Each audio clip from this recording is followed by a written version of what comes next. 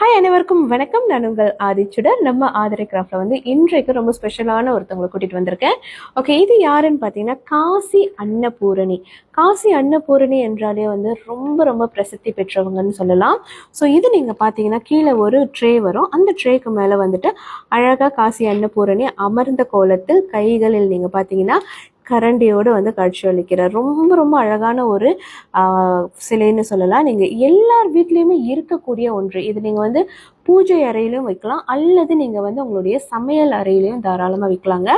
So இந்த ட்ரேயில் நீங்கள் பார்த்தீங்கன்னா ஒரு அட்சதை அல்லது மஞ்சள் அரிசி நீங்கள் போட்டு அதற்கு மேலாக அன்னபூரணி தாயாரை அமர வைக்கணும்.